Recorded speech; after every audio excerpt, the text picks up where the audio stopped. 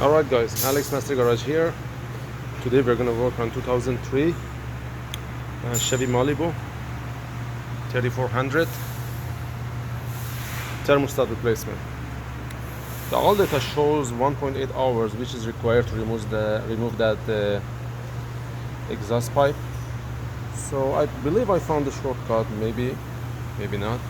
All you need to do, remove that throttle body right here and release that hose, to a small hose going to that pipe, and the bracket right here 10 millimeter.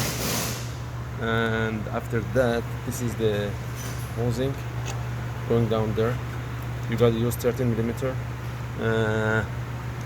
13 millimeter socket, and the wrench for the other side. This has got the opening here so you can slide it out.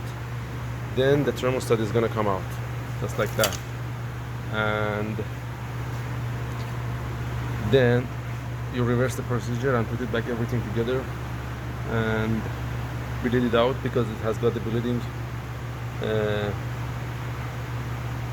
things here, right here, and it should be good to go. Thank you guys for watching. God bless.